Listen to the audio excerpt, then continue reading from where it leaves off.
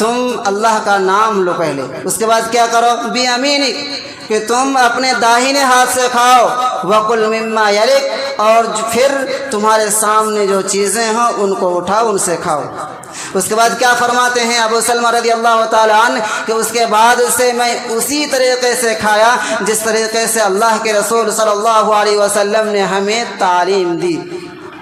یعنی اس حدیث سے ہمیں تین چیزیں معلوم ہوتی ہے کہ جب ہم اور آپ کھانا کھائیں تو سب سے پہلے بسم اللہ پڑھنا ضروری ہے۔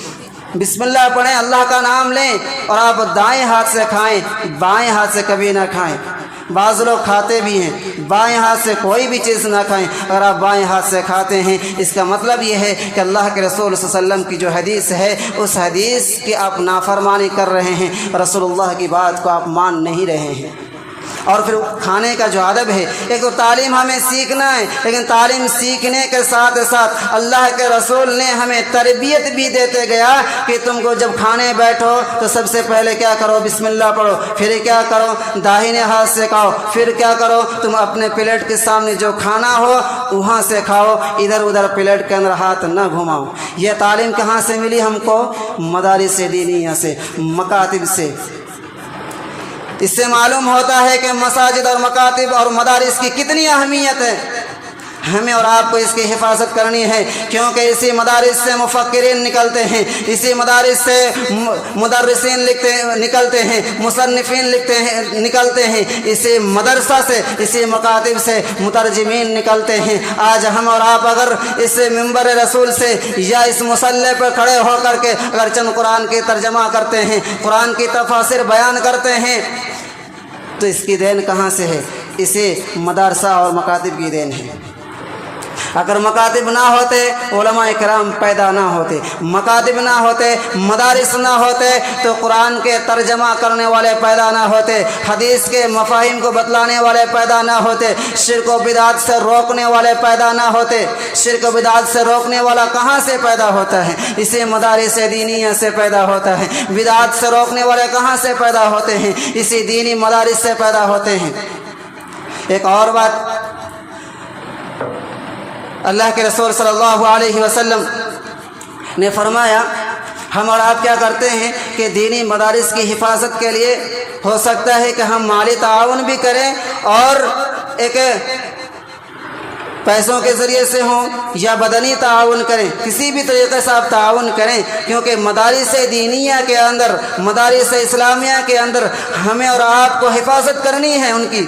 لیکن مدارس دینیہ کے اندر یا مکاتب کے اندر جو طلبہ پڑھتے ہیں، جو طالب علم قرآن کو سیکھتے ہیں، قرآن کو جو پڑھتے ہیں، سنت کو جو پڑھتے ہیں، حلال اور حرام کی تمیز کو جو جانتے ہیں، ان کی کیا فضیلت ہے، ان پر جو خرچ کیا جائے تو ان کی کیا فضیلت ہے۔ آئیے اللہ کے رسول صلی اللہ علیہ وسلم کو اس حدیث کی طرف چلتے ہیں، کیونکہ ہمارا اور آپ کی جو ایک ذہن کیا ہے کہ اگر مساجد کے اندر خرچ کیا جائے، مدارس کے اندر اگر اپنا پیسوں کو لٹایا جائے، اگر مکاتب کے اندر اپنے پیسوں کو دیا جائے، ہو سکتا ہے کہ ہمارا مال ختم ہو جائے گا، ہو سکتا ہے کہ ہمارے رزق کے اندر ایک کمی آ جائے گی۔